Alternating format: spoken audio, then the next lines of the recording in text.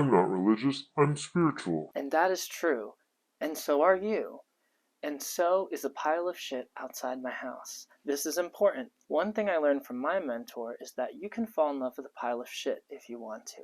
And that very control to fall in love with anything in all of its horror and glory is the mystical quest. So where does tarot come in? Tarot is just 78 pieces of cardstock with images on them that have been influenced by centuries of occultism. And as a reader myself, I am very happy to admit that that is all it takes for the magic to happen.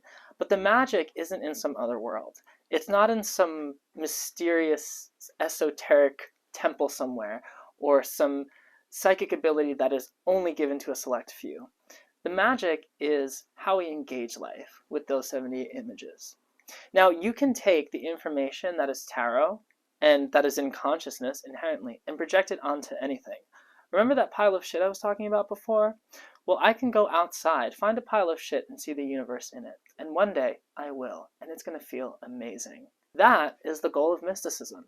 Tarot just happens to be an awesome way to do it. I mean, I personally love shuffling, and I love doing stuff with my hands. It's actually because I hold a lot of trauma in my hands, but it's also a source of my creativity. So why not put them to work with my creative mind and play with 78 cards to get somewhere and to do stuff? Not to escape, but to engage with life. So when we're talking about spirituality and tarot, I view spirituality as everything that is. When people tell me they're spiritual, I feel like they're telling me that they're mammals. I'm like, wow, that's great. Of course. When did you realize that? And, maybe we have different connotations to the word spiritual, but I mean, it's all happening in this phantom show of time and space. It's all energy. It's all these combinations and relationships of forces interacting with each other as the universe continues to happen to itself more and more. So with that very existential premise, yes, everything is spiritual, including tarot and the pile of shit outside my house. And both of them are equally divine. Everything on top of that is just a bonus. So tarot and Kabbalah, for example, something that I base most of my practice on, is a really amazing fit, and it helps you explain life and yourself and really dig deep into these existential questions about what are we?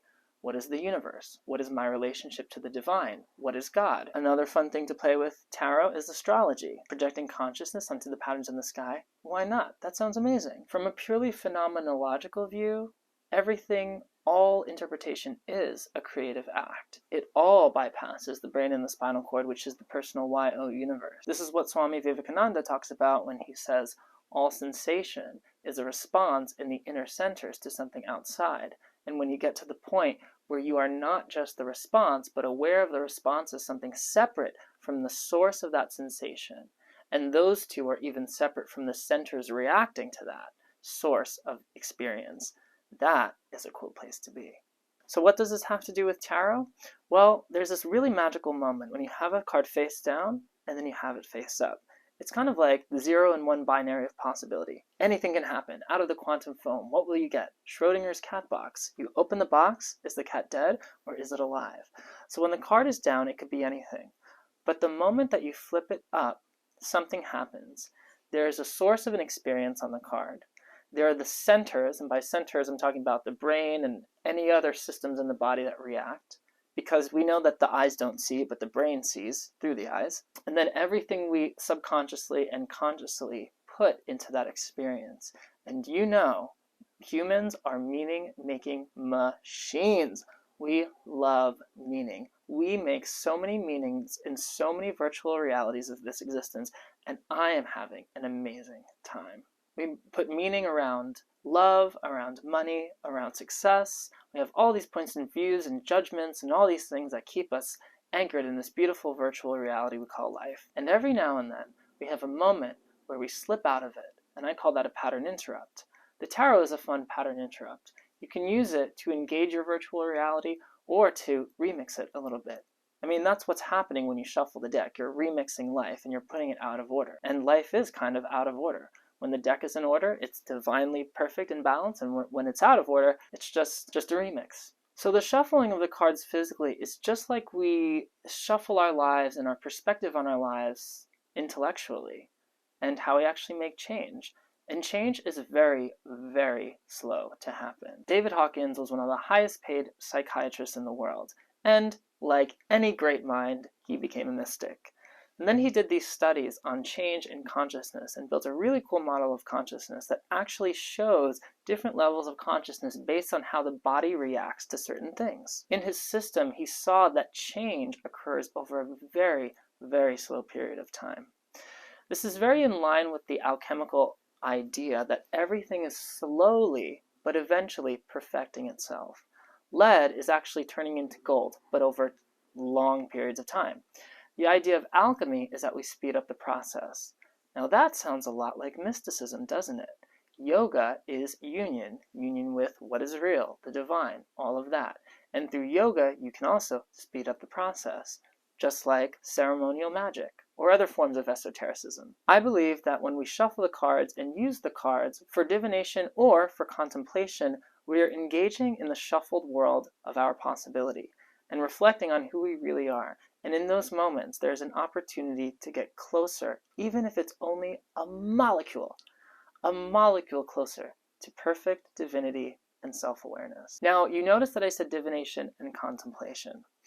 I've always been a big believer that the contemplation of the tarot is actually an even more advanced method of use. Now, you don't have to agree with me, but I found that my most mystical experiences have come when I take the ideas of tarot and through that light engage in an experience that is transcendent.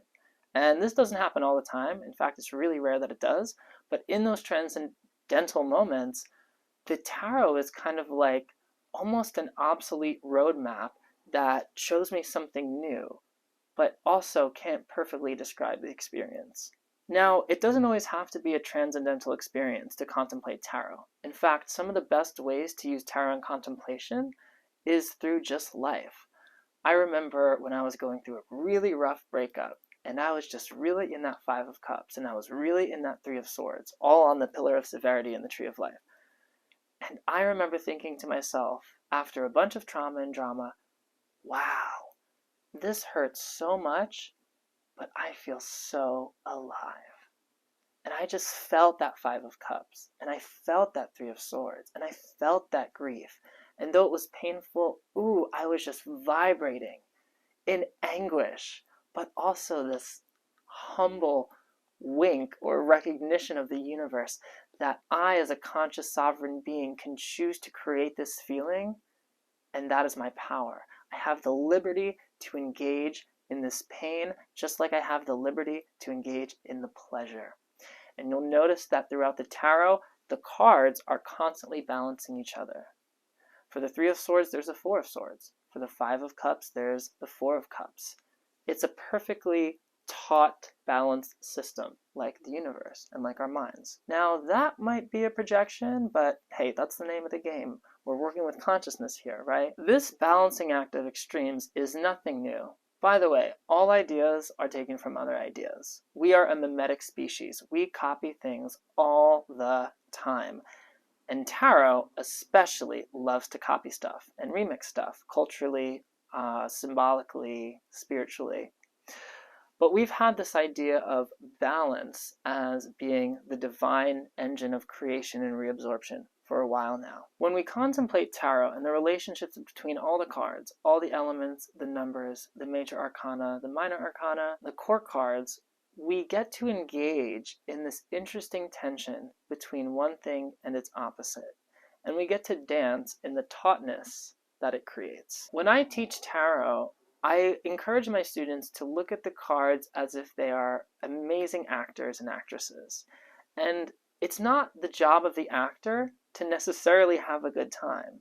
It's the job of the actor to portray a tension that is resolved. This could be in their character development or how they overcome challenges. Perhaps it is that very tension, the very challenge that creates the character that we love so much in that film, in that story, in that mythology. And it's that very tension that allows the swinging of the pendulum to do its dance. The way I teach tarot is not to escape life, and it can definitely be used to escape life.